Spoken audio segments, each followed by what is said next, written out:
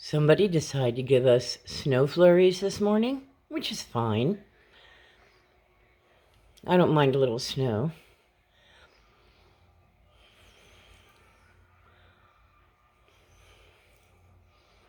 What I do mind is getting a gallon of water when I ask for a gallon of milk. Yeah.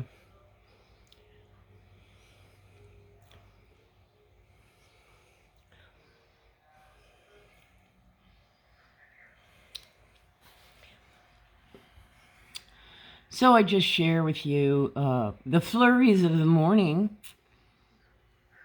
I don't know how long this is supposed to last. I haven't checked the weather. But, yeah.